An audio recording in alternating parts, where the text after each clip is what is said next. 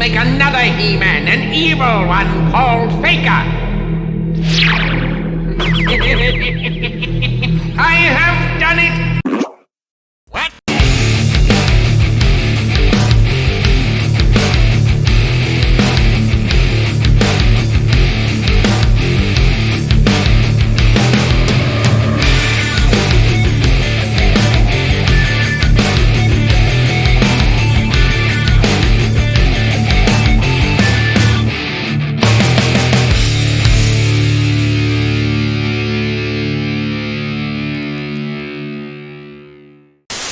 Hey everyone, welcome back.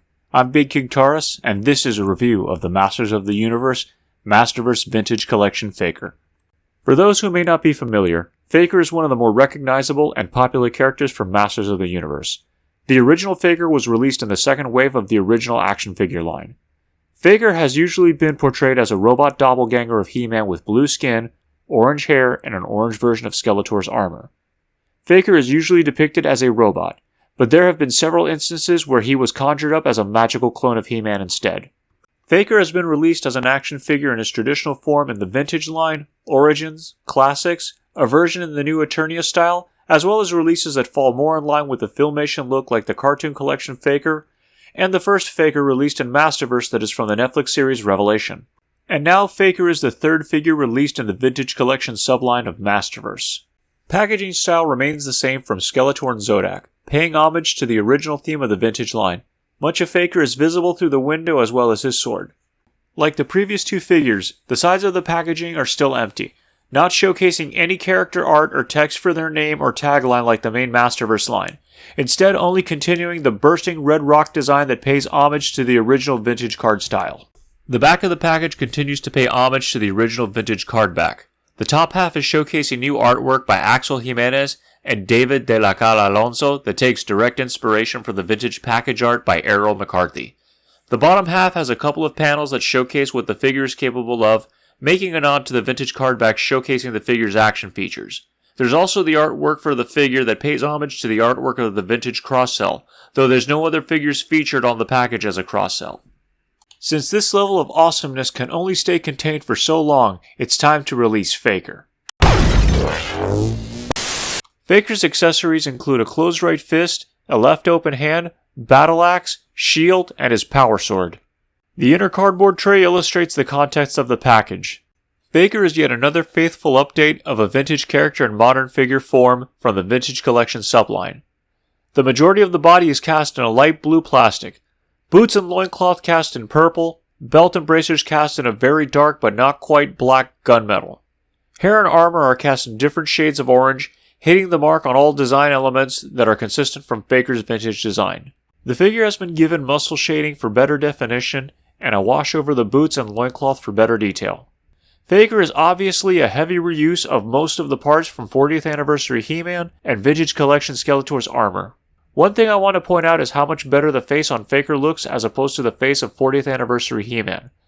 Both heads are the same exact sculpt, but Faker fortunately does not suffer from the poor face paint that 40th Anniversary He-Man suffered from. It goes back to what I said about wanting to see this head with a better paint job, and I feel this head winds up being vastly superior to He-Man's. Another element where Faker is a vast improvement over He-Man, and to a degree Skeletor, is the new chest sculpt. Faker features a newly tooled chest that does two things incredibly well. The first thing is that it has the computer panel molded into the chest rather than simply being a sticker or tampograph as with previous incarnations. The second thing this new chest does well is that it corrects the issue with the chest's anatomy looking off due to how the articulation was implemented. In He-Man and Skeletor's chests, the pectorals end right at the torso joint, giving it an unsightly look and making the pectoral muscles look wildly out of proportion. Faker's new chest corrects this by continuing the sculpt beyond the pectoral muscles, adding additional abdominal muscles before the joint cut. As a result, the chest looks more proportional to the rest of the torso. I would hope that Mattel takes the same sculpt without the computer panel and uses it moving forward on all subsequent Vintage Collection figures. Faker's first weapon is his power sword, recolored in a metallic orange.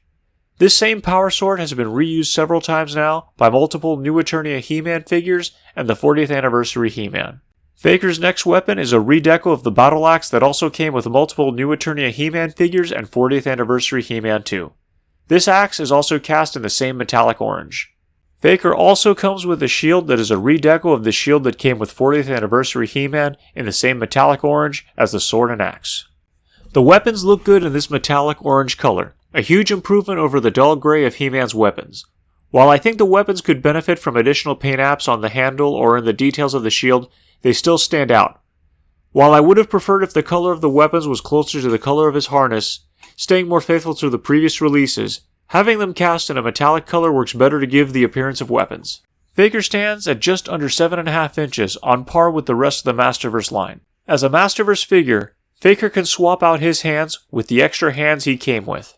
His head is also removable and can be swapped out for another Masterverse figure's head, as well as any heads from an Origins figure. Now let's go over Faker's articulation. Head rotates 360 degrees and looks up and down. Upper torso is on a rocker joint. Waist rotates 360 degrees.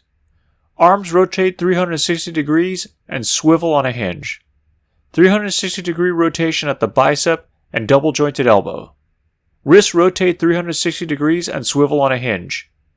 Hips can drop down. Legs can kick forward and to the side. 360 degree rotation at the hip.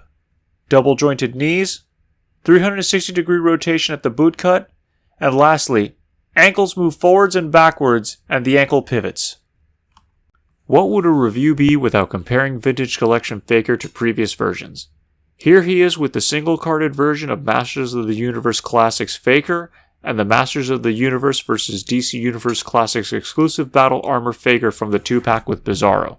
It's interesting to see these figures next to one another, as it's obvious that they all take inspiration from the same source and are essentially supposed to be in the same 7 to 7.5 inch scale, but executed all very differently. Now we have him alongside Masterverse Revelation Faker, displayed in his two different looks. Revelation Faker was a hybrid of Filmation's interpretation of Faker being a straight duplicate of He-Man, but incorporating the robot element for when he's revealed. Here he is next to Origins Faker, as well as Faker John Cena from the Masters of the WWE Universe line, just for fun. And finally, here he is alongside 40th Anniversary He-Man, Vintage Collection Skeletor, and Vintage Collection Zodak. And now for my final thoughts. As of right now, Faker is my favorite figure so far in the Vintage Collection subline of Masterverse. Faker has always been a favorite of mine going all the way back to when I was just a kid. Even though most figures in the original 80s vintage line heavily reused parts amongst one another, Faker was one of the first of only a very few that were almost just straight repaints of existing figures. But because the color choice was so striking, I never felt that I bought the same figure twice. My love of the character led me to also getting the Classics versions and even giving the Revelation Faker a chance. Mattel did a really good job on Vintage Collection Faker with the improved face deco, the weapons being cast in the orange metallic plastic, and the new chest that not only has Faker's computer panel, but corrects the issue that plagued 40th Anniversary He-Man in terms of the sculpted detail being more anatomically correct. While his colors aren't as rich as the Classics or even the Origins version, he still pops and stands out from not only his Vintage Collection counterparts, but in the Masterverse line as a whole. I think he looks good among Classics figures should you choose to display him as such.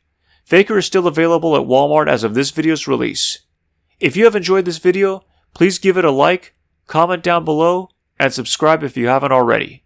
I'm Big King Taurus, and thank you for watching.